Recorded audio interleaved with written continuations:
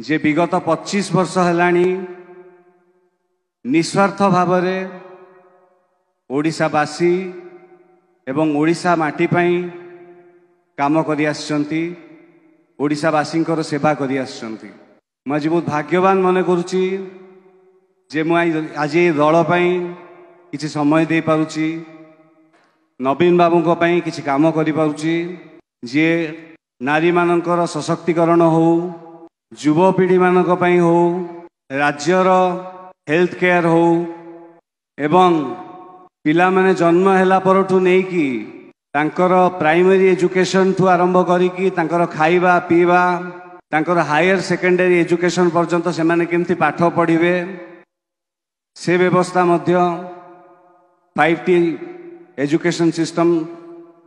सबु व्यवस्था कर दीची। जे विगत 25 वर्ष हेलानी निस्वार्थ भावरे ओडिशावासी एवं ओडिशा माटी पई काम करि आछंती, ओडिशावासींकर सेवा करि आछंती। मैं आज बहुत भाग्यवान मन करुच्ची जे मुझे आज दल पई किछि समय दे पारुची, नवीन बाबू पई किछि काम करि पारुची, जे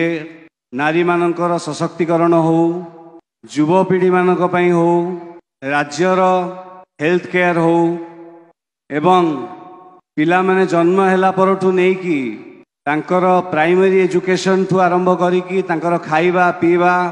तांकर हायर सेकेंडरी एजुकेशन पर्यंत से माने केमती पाठ पढ़िबे से व्यवस्था मध्य 5T एजुकेशन सिस्टम सबु व्यवस्था कर दीची।